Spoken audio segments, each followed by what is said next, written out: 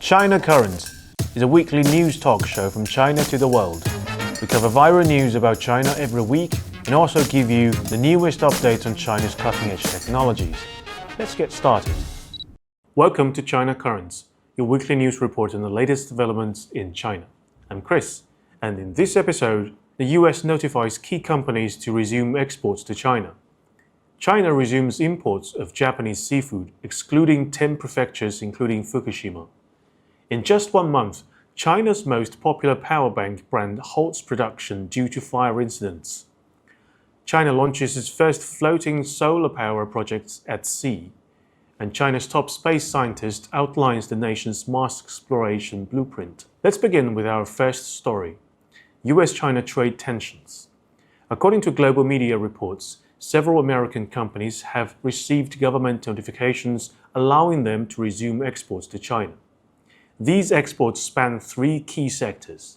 First is ethane. Reuters reported on July 2nd that 2 US energy firms, Enterprise Products Partners and Energy Transfer, received government letters stating that previous restrictions on their ethane exports to China had been lifted. Ethane, a byproduct of shale gas extraction, is abundant and low cost in the US. With long-standing surpluses, China was once the largest buyer of US ethane, purchasing about half of all US production. Due to export curbs, US ethane shipments to China dropped to 57,000 barrels per day in June, marking a historic low. And second, key players in chip design software. 3 major EDA software firms, Siemens, Synopsys, and Cadence, have reportedly been informed by authorities that they no longer require special licenses to export their products to China. EDA tools are essential for semiconductor design across sectors such as smartphones, computers, and automotive electronics. According to a May report by Morgan Stanley, these 3 companies held a combined 82% share of China's EDA software market last year. And third, aircraft engines. The US has also approved General Electric Aerospace and other American aerospace firms to resume supply of aircraft engines and related parts to China. These components are crucial for the domestically produced C919 aircraft developed by COMAC, which is seen as a challenger to global aviation giants Airbus and Boeing. The Chinese public has remained relatively unfazed by the latest developments, with many viewing American decision-makers as acting impulsively as always. Whether these signals a lasting de-escalation in bilateral tension remains to be seen. Our second story focuses on one of the most high-profile areas of China-Japan trade, seafood.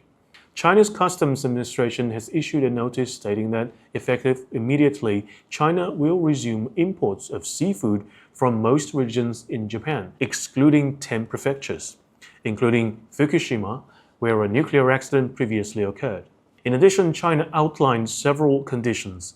Japanese seafood must be accompanied by a health certificate, proof of compliance with radioactive substance testing, and proof of origin when submitted for import declarations. If any products are found to violate China's regulations or food safety standards, or if Japan fails to uphold its regulatory responsibilities, China will immediately impose control measures. And before Japan decided in 2023 to release nuclear-contaminated wastewater into the ocean, China was Japan's largest seafood export market. In 2022, Japan's total seafood exports amounted to approximately $2.8 billion, of which 22.5% went to China, making it the top destination. For scallops alone, over half of Japan's exports were destined for China. In August 2023, to prevent the harmful consequences of Japan's discharge of radioactive wastewater from Fukushima, China imposed a complete ban on Japanese seafood imports. The basis of the new imports resumption lies in China's continued independent testing of the Fukushima discharge, the results of which have shown normal readings. A full recovery of seafood trade between China and Japan may not come anytime soon, but China's move offers long-awaited relief for Japan, which has been under growing pressure from Trump-era auto tariffs. Next, we look at how a display of hubris backfired big time. On July 6th, Chinese power bank giant Romos announced it would suspend operations due to fire incidents caused by its products. But just a month prior, the company was one of China's top-selling charger brands, with annual sales of 50 million units, widely popular among Chinese consumers for its low prices and decent quality. Let's trace the timeline of the incident. It began in early June when 21 universities in Beijing issued notices requiring students to stop using Romos's 20,000 mAh power banks due to reports of spontaneous combustion. One student was reportedly woken up in the middle of the night by a power bank catching fire beside its pillow, burning mosquito nets and blankets. It took 2 buckets of water to extinguish the flames. After the incident, Romos responded with what can only be described as remarkable arrogance. Instead of conducting technical investigation immediately, it brought its legal departments to sue the 21 universities for defamation. The public was enraged.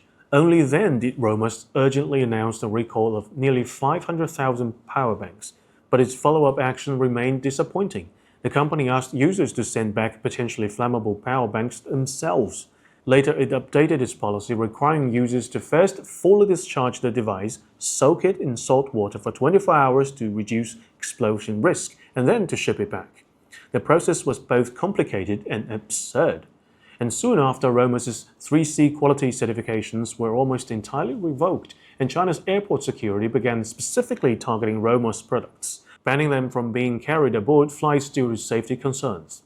And China's Civil Aviation Administration ruled at the end of June that starting June 28th, power banks without 3C marks or those that have been recalled would be banned from airplanes. As public pressure mounted, an investigation into the cause of the fire progressed in parallel. Authorities eventually traced the issue to a contract manufacturer in Jiangxi province, which had secretly substituted the battery separator material. The new material had reduced insulation performance, causing overheating, combustion, or even explosion under extreme conditions. On July 6th, Romos announced it would halt all operations and production and close down its flagship stores across major e-commerce platforms. A total of over 490,000 power banks were recalled. In a nutshell, it was a months-long seamless cooperation between consumers and the government in combating one non-compliant market giant. Next up, a story from China's area of strength, new energy. After laying solar panels across deserts and rice paddies, China has now identified an even more ideal solar installation site, the ocean. For the first time, Sinopec has successfully launched a floating solar power station into industrial operation. The plant floats on a body of water connected to the sea, covering an area of about 60,000 square meters, with an installed capacity of 7.5 megawatts. The solar panels rise and fall with the tides and benefit from seawater cooling, boosting power generation efficiency by 5 to 8%. From a design perspective, the ocean is an ideal site for solar panels, vast, unobstructed, sparsely populated, and with long hours of sunlight. But to realize this engineering vision, Chinese scientists had to overcome a range of technical challenges. In full seawater environments, photovoltaic systems face issues like corrosion, marine organism attachment, and tidal fluctuations. To address these challenges, Chinese researchers developed anti-corrosion, anti-barnacle brackets, and underwater anchoring systems that withstand Category 13 typhoons and tidal variations up to 3.5 meters. They also added inspection pathways close to the panel surface, significantly improving operational safety compared to conventional systems. Surprisingly, despite all these innovations, the floating solar station's equipment costs are 10% lower than the traditional fixed panel systems. With 71% of the Earth's surface covered by oceans, floating solar stations offer new opportunities for coastal and shallow sea regions, helping to further reduce the cost of solar power generation. Lastly, let's check in on China's Mars exploration mission. Recently, Tianwen-2, China's newest interplanetary probe, sent back 2 photographs, one of the Moon, one of Earth. The images were taken on May 30th, when the spacecraft was 590,000 kilometers away from the Earth. Today, Tianwen-2 has traveled over 12 million kilometers from Earth. These images may well be its last glance at its home planet. As previously reported, Tianwen-2 is the second phase of China's Mars mission and will spend 2 years testing key technologies in preparation for Tianwen-3, which will attempt to retrieve Martian samples. Coincidentally, in the same week Tianwen-2 sent back those images, Hou Zhengqian, the chief scientist of Tianwen-3, published an article in Nature Astronomy, offering the first detailed explanation of China's Mars blueprint to the global scientific community. He wrote that Tianwen-3 is scheduled to launch in 2028 and return to Earth in 2031. The probe will take about 7 to 8 months to reach Mars, spend about 1 year working on the surface, collecting 500 grams of Martian samples, and then return home, a mission spanning over 3 years. Tianwen-3 has identified 3 scientific goals. First, search for signs of potential life on Mars, such as biosignatures, fossils, or ancient microorganisms. Second, study Mars habitability, including the evolution of water, atmosphere, and oceans. Third, understand Mars' geological structure and its history of geological evolution. The core task of Tianwen-3 is sampling and return, making it the biggest competitor to NASA's Perseverance rover. The key difference? Perseverance samples only the surface, about 5 millimeters deep, while Tianwen-3 aims to drill 2 meters underground. Moreover, according to NASA's schedule, Perseverance samples are set to return in 2033. If China's plan proceeds smoothly, Tianwen-3 will return 2 years earlier, achieving the world's first successful Mars sample return mission. Hou also emphasized that after samples are retrieved, China will fully open access to the global scientific community, inviting international collaboration and advancing humanity's collective pursuit of scientific discovery. And that's all for today. Thank you for watching this episode of China Currents. If you have any thoughts or comments, please leave them below. And see you next time.